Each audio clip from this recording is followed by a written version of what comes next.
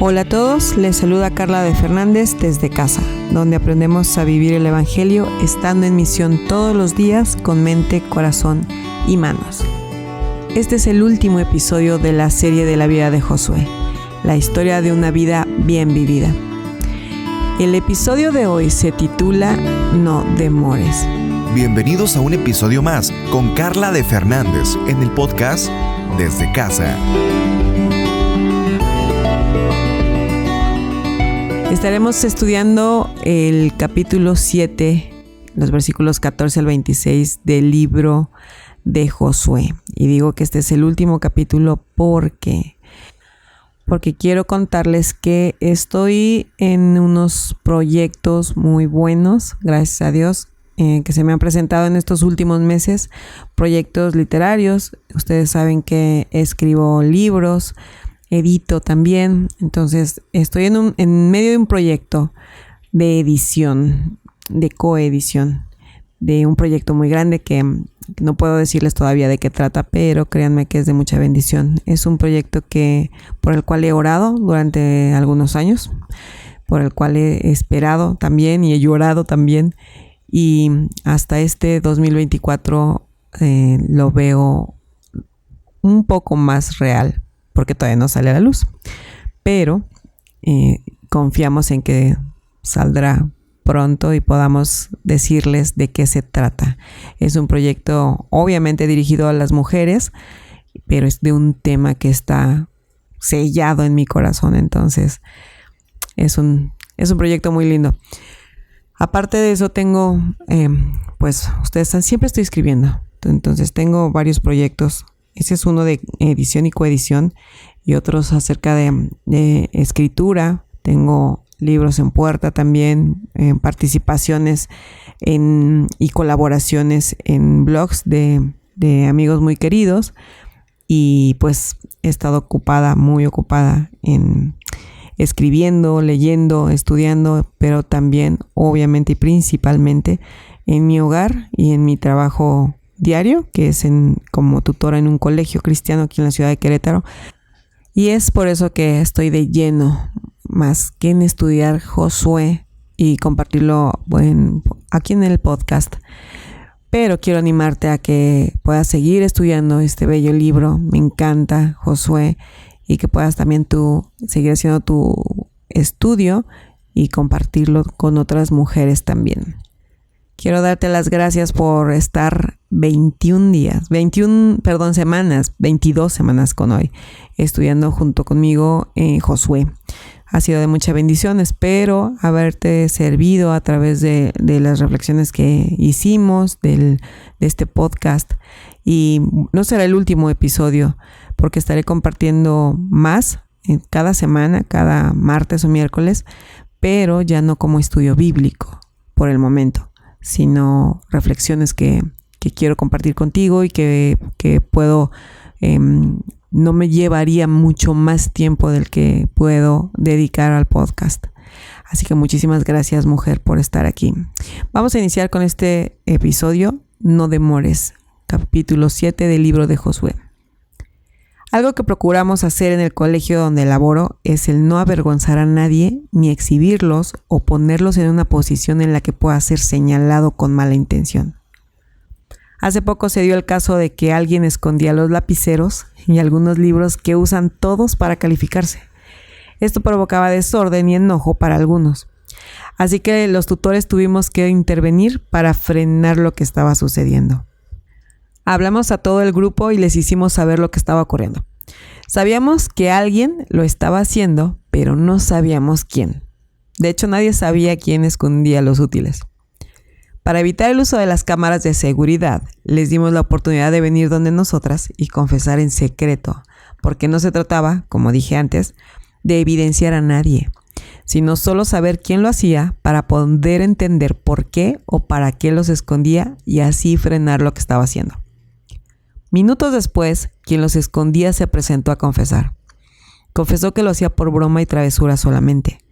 No quería molestar a nadie ni dañar a sus compañeros. Era un juego, nada más. Se le pidió que no lo volviera a hacer y así lo ha cumplido. Los demás niños no supieron quién fue. y no hubo necesidad de evidenciar a nadie. ¿Has estado en una situación similar? Quizá con tus hijos que esconden su travesura y no sabes quién fue. O quizá tú misma ocultando algo que sabes que nadie se enteró y no es necesario que lo digas, pues nadie se enterará jamás. Bueno, en la historia de Josué hubo un secreto muy bien guardado, pero muy pecaminoso y muy dañino para todo el pueblo de Israel. Recién leímos en el episodio anterior acerca de la victoria de Israel frente a los de Jericó y vimos también su derrota frente a los del pueblo de Ai, derivado de la desobediencia de un hombre, Acán. Pudimos ver cómo esta derrota llevó a Josué, el líder de la nación de Israel, a postrarse delante de Dios para saber por qué habían perdido, qué habían hecho mal, por qué Dios no los había favorecido con la victoria en esa ocasión, y Dios le respondió que el pueblo había pecado.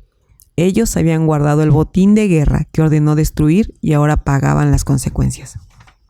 Sin embargo, Dios no trabaja a medias. Él pidió que el pueblo se consagrara para presentarse ante Él el día siguiente. El culpable deberá confesar. Pero imagina un pueblo de aproximadamente 3 o 4 millones de personas. Sería como buscar una aguja en el pajar. Me pregunto, ¿por qué Dios no solo le dijo a Josué que el que había tomado las cosas fue Acán? Y pienso que Dios quería enseñarle a todo el pueblo que Él era un Dios santo, omnisciente, omnipresente y también justo y que extiende gracia. Dios también le dijo a Josué: mañana por la mañana se presentará por tribus. La tribu que yo señale por suertes presentará sus clanes. El clan que el Señor señale presentará sus familias, y la familia que el Señor señale presentará a sus varones. El que sea sorprendido en posesión del botín de guerra destinado a la destrucción será quemado junto con su familia y sus posesiones, pues ha violado el pacto del Señor y ha causado una gran vergüenza a Israel. Josué 7, 14 al 15. Tantas personas que iban a ser cuestionadas por si habían llevado el botín consigo. Era más sencillo hacerlo por tribus, además de que de esa forma podrían tener un mejor control. ¿Cuánto tiempo tardó este proceso? No lo sabemos. Tampoco sabemos cómo fue el proceso que usaron, pero sí nos dice que al estar todos divididos o separados por tribus, la suerte cayó en la tribu de Judá. El versículo 16 al 18 dice: todos los clanes de Judá se acercaron y la suerte cayó sobre el clan de Zera. Del clan de Zera, la suerte cayó sobre la familia de Zabdi. Josué entonces hizo pasar a cada uno de los varones de la familia de Zabdi, y la suerte cayó sobre Acán, hijo de Carmi, nieto de Zabdi y bisnieto de Zera. Tribu a tribu, después por clanes, después por familias y al último por varones. ¿Cuánto tiempo pasó para que llegaran a Acán? ¿Cuánto tiempo tuvo Acán para arrepentirse y presentarse directamente con Josué a confesar lo que había hecho? Sin embargo, no lo hizo. Nadie sabía quién había robado y llevado la calamidad al pueblo de Israel, sino hasta que delante de todos Acán fue evidenciado. Dice el versículo 19: entonces Josué dijo a Acán: hijo mío, honra y alaba al Señor, Dios de Israel. Cuéntame lo que has hecho, no me ocultes nada. Josué pretende escuchar, no solo haría cumplir la ley de manera punitiva, sino que todavía le está dando la oportunidad de reconocer sus actos y pedir perdón. Josué no es autoritativo, sino un líder que sirve, acompaña y se involucra con los suyos. Josué 7, versículos 19 al 21 dice: Acán respondió: es cierto que he pecado contra el Señor, Dios de Israel. Esta es mi falta. Vi en el botín un hermoso manto de Sinar, 200 siclos de plata y una barra de oro que pesaba 50 siclos. Los codicié, me apropié de ellos. Entonces los escondí en un hoyo que cabe en medio de mi tienda de campaña. La plata está también allí debajo de todo. Hay algunas cosas que llaman mi atención y que trataré de desarrollarlos brevemente. La espera de Acán para confesar su pecado. ¿Por qué esperaría a confesar y decir lo que había hecho? Pienso en que pudo haber ido delante de Josué justo cuando de madrugada los llamó a ordenarse por tribus. No nos dice cuánto tiempo tardó todo el proceso, pero sin duda Acán tuvo tiempo de reflexionar y confesar su pecado. No lo hizo, sino hasta que Dios lo sacó a la luz. También me llama la atención que Acán confesó después de todo. Pero hay una diferencia entre confesar nuestros pecados derivado del arrepentimiento a confesarlos porque alguien nos descubrió. Es diferente cuando confesamos porque sabemos que hemos pecado contra Dios a cuando lo hacemos porque no nos queda de otra. Podemos ver en el pecado de Acán el mismo patrón que vimos en Génesis 3 con Eva y en 1 de Samuel 11 y 12 con el rey David. Los tres vieron, codiciaron, tomaron y se escondieron. Los tres responden de la forma que nos advierte Santiago capítulo 1 versículo 14 al 15 cuando dice: cada uno es tentado cuando sus propios malos deseos lo arrastran y seducen. Luego, cuando el deseo ha concebido, engendra el pecado, y el pecado, una vez que ha sido consumado, da a luz la muerte. Son nuestros deseos los que nos llevan a pecar, los deseos de nuestros ojos, los de nuestra carne, la vanagloria de la vida. Pienso en nosotras, en lo sencillo que puede ser pecar, irnos por lo que parece más atractivo, lo que podríamos pensar que merecemos, que no pasa nada si tan solo lo tenemos.